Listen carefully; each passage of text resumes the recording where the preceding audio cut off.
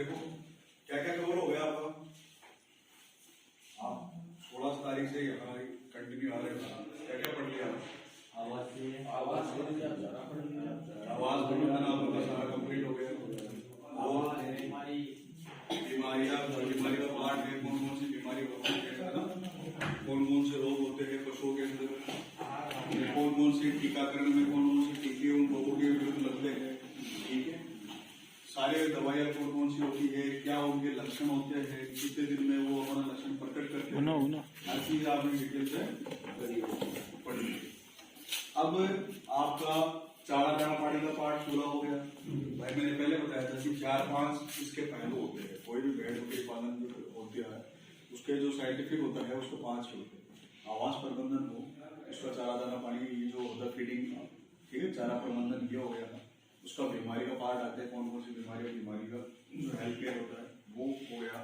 उसके बाद में आता है इसका मार्केटिंग क्या है, ठीक है। मार्केटिंग का 4-5 बात आपको ध्यान में रखना है कि मार्केटिंग बेचने का जो मेन, इसको बहुत छोटा सा टॉपिक है, इसमें ज्यादा मैं जाने की जरूरत नहीं है। मार्केटिंग का मतलब ये होता है कि जैसे आपको बताऊं कि कोई भी आपका पशु है उसका आपको उचित दाम मिले, ये बेस्ट मार्केटिंग है, ठीक है। तो आपको सबसे पहले तो ये ध्यान रखना चाहिए, मैंने ये बातों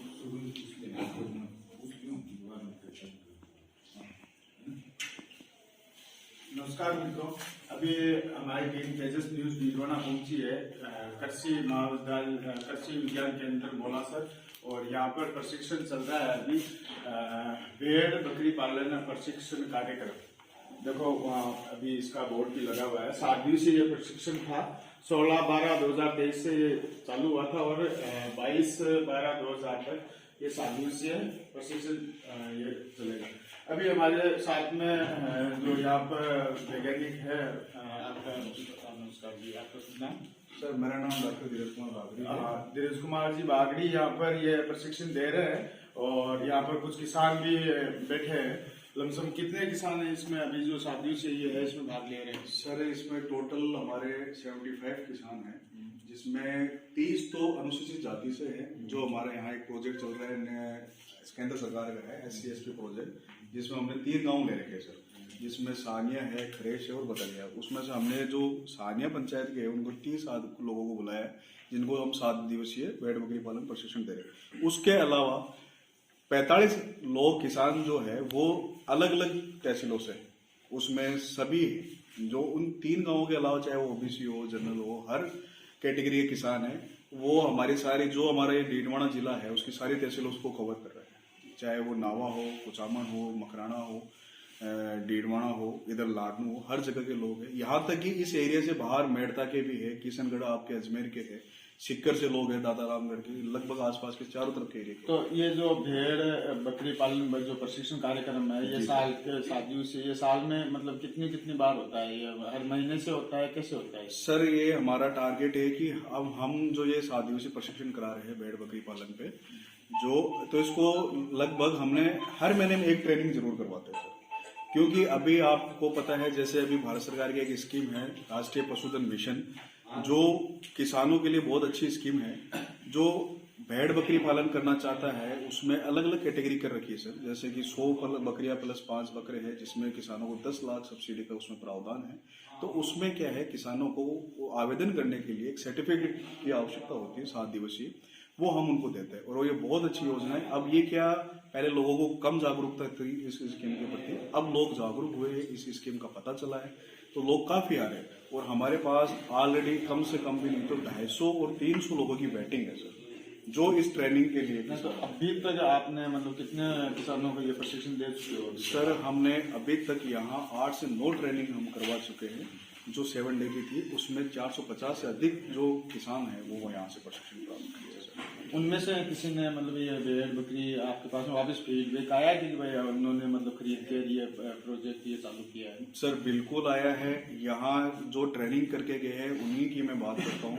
एक तो सर अभी जितेंद्र सिंह जोधा जी है, जो अपने मोलासर के पास में रशीदपुरा के हैं, उन्होंने परसों ही ये सोजत नस्ल खरीद के लेके आए, जो सोजत बेल्ट है, हाँ वहाँ खुद सोजत से।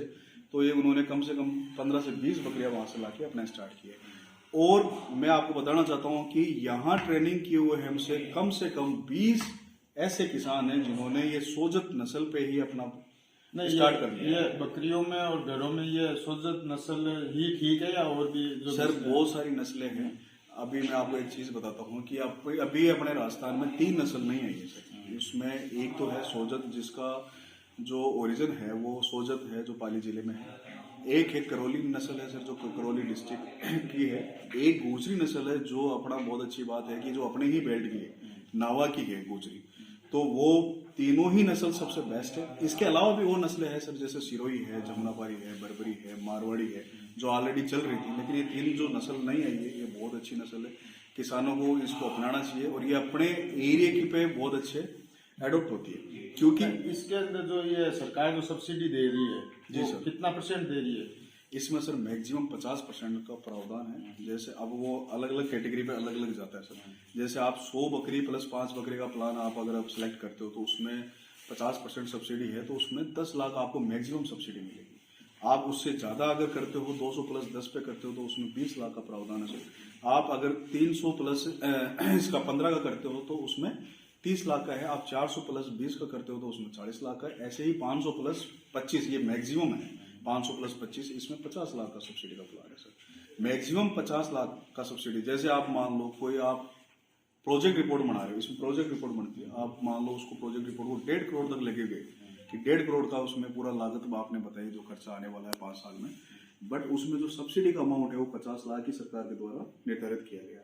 वो उससे ऊपर नहीं मिल सकता सर इसमें 50 लाख। नहीं, जैसे प्रोजेक्ट रिपोर्ट बना लिया, आपसे सर्टिफिकेट भी ले लिया, जी सर। फिर ये दोनों लेके, जैसे हमें सुनने में आया है कि एक किसान के बजाय यदि किसानों का जो समूह है यदि वो एक साथ ये प्रोजेक्ट में यदि रहे तो उससे ज्यादा फायदा होता है। बिल्कुल सर, ये ठीक भी बात है। वैसे तो सर हमने ये देखने में पाया गया है कि इंडिविजुअल इसमें जो ऑप्शन आता है वो इंडिविजुअल भी आता है। ऐसे चीज सेल्फ हेल्प जो ग्रुप है वो भी उसमें करते हैं। और कोई कंपनी के रूप में जैसे 10 आदमी, 15 आदमी, 20 आदमी का समूह मिलकर भी इसमें अप्लाई करते हैं, ठीक है। लेकिन दोनों बात ही है, कई फार्म इंडिविजुअल भी निकला है सर। पर वो जो होता है अगर कंबाइन लगा दो उसमें मेन आदमी उसमें एक ही रहता है। आप साथ में उस किसानों की इसमें लिस्ट लगती है 20 से 25, तो उसका फर्क पड़ता है सर। बिल्कुल सही है। अब जो हमारे दर्शक है उनको इस प्रशिक्षण के बारे में कुछ अलग से आपको कुछ बताना है जो हम नहीं पूछ पाए, तो वो आप बता सकते हो। मैं ये बताना चाहता हूँ कि भाई आप जो लोग आए हो या प्रशिक्षण किया हो तो आपको पहले तो इस स्कीम के बारे में पूरी जानकारी आपने को पता होना चाहिए। ऐसे नहीं आप यहाँ आ गए आपको यही नहीं पता कि हम इस सर्टिफिकेट का कैसा उपयोग करेंगे, कहाँ इसको लगाएंगे, क्या इसका प्रोसीजर है। तो आपको सबसे पहले तो उसका पता होना चाहिए ये स्कीम क्या है, इसके क्या गाइडलाइन है, इसमें क्या क्या डॉक्यूमेंट लगेगा, क्या इसकी शर्त है, तो वो आप अच्छे से आपको पता होना चाहिए। वैसे मैंने आपको बता दिया है पूरा। फिर भी आपको कोई डाउट हो तो मुझे पूछो और उसको अप्लाई कैसे करना है आपको, है ना, वो सारी जानकारी आपको होनी चाहिए। बाकी जो भेड़ बकरी पालन है वैज्ञानिक तरीके से कैसे करते हैं वो तो हम आपको दे ही दिए सारी जानकारी। तो आपको उस चीज का होना चाहिए जो आपने ये 7 दिन यहाँ आए हैं तो उसको आपको यूज में कैसे करना है, ठीक है, ये मैं आपको बोलना चाहता हूँ। जी धन्यवाद। तो ये प्रशिक्षण जो चल रहा था यहाँ पर कृषि विज्ञान केंद्र मोलासर के अंदर भेड़ बकरी पालन प्रशिक्षण कार्यक्रम 7 दिवसीय, जिसके वैज्ञानिक धीरज जी बागड़ी थे, जिन्होंने पूरी जानकारी हमें दर्शकों को और किसानों को बताया कि किस हिसाब से भेड़ बकरी जो ये प्रशिक्षण चल रहा है तो उसमें किसानों को आय कितनी कैसे बढ़ा सकते हैं और उनको कितना फायदा है, सरकार की क्या योजनाएं हैं, इनके बारे में इन्होंने पूरा बताया जो आपके काम आएगी ये जानकारी। तो मुनेश चौधरी, तेजस न्यूज के साथ में, जय हिंद जय भारत।